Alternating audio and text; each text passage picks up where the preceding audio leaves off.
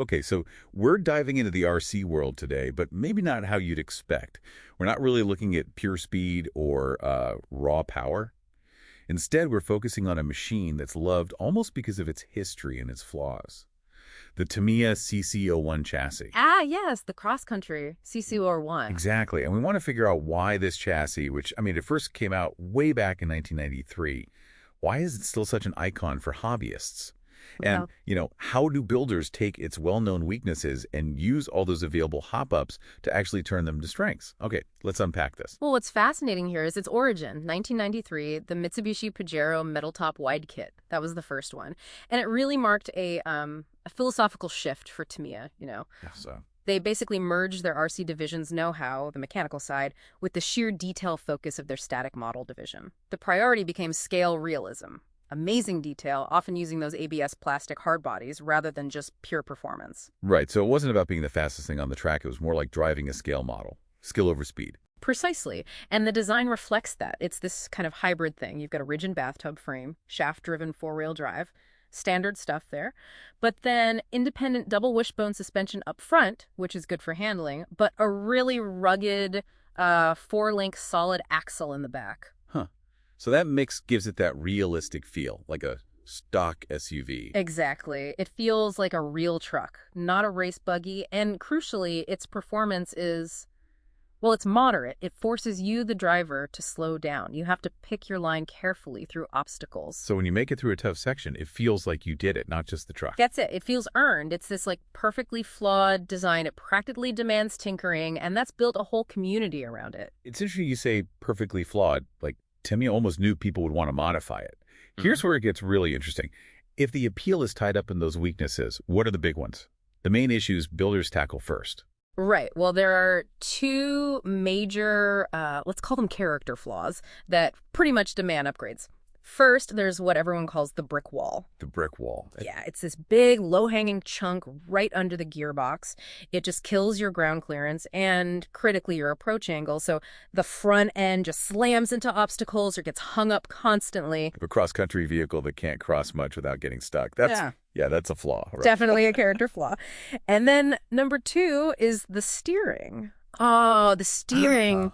It's just, well, it's notoriously overcomplicated. It's this multi-piece plastic linkage system. And all those plastic joints just introduce a ton of slop, looseness. Play in the steering. Exactly, play. And as it wears, it gets worse. So you get really imprecise control. The truck just wanders all over the place. It's frustrating on technical trails. Okay, so the brick and the sloppy steering are the big structural things.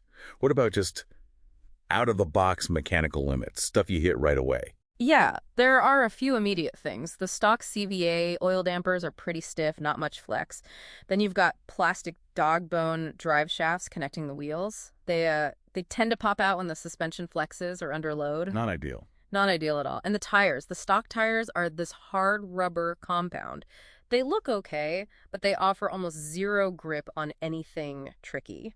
So stage one upgrades are pretty essential then. What's the absolute first thing a new builder should do for the biggest impact? Tires, without a doubt. Swap that hard stock rubber for some soft, aggressive aftermarket tires. That's the single biggest performance jump you'll get, period. Okay, tires first. Got it.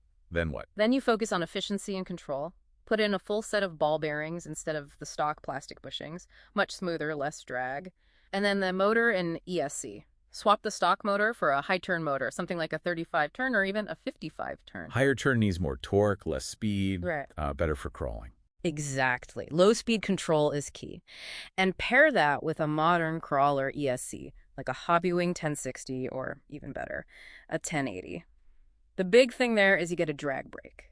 The drag brake. Explain that quickly. It basically automatically applies some braking force when you let off the throttle. So the truck holds its position on a steep incline or descent without you having to constantly feather the brakes. It's critical for control. Okay, that makes a huge difference. So those are the essential starting points.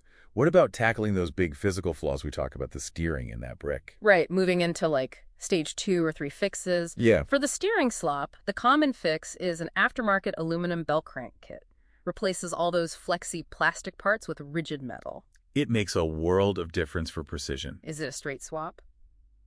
Not always. Often you have to do some modification, maybe a little grinding inside the chassis tub to get everything to fit and move freely. Mm. Needs a bit of patience. Okay, so it requires some actual modding work. Yeah, a little bit. And then for capability, remember those plastic dog bones popping out?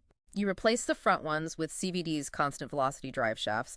Much stronger, much more reliable, they won't pop out. And for the rear suspension, a lot of people install an aftermarket four-link conversion kit.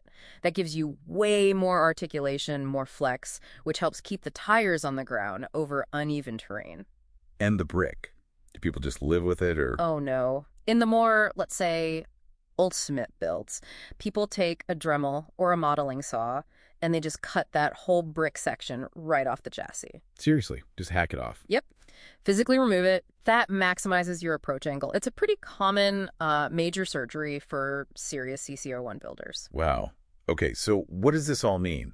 It sounds like the CC-01 is still around, still popular, not really despite having these flaws, but almost because of them. It challenges you, makes you think, makes you engineer solutions. It's not just a toy you drive, it's a project that evolves. That's absolutely right. If we connect this to the bigger picture, the CC-01 really proves something interesting about these kinds of specialized hobbies.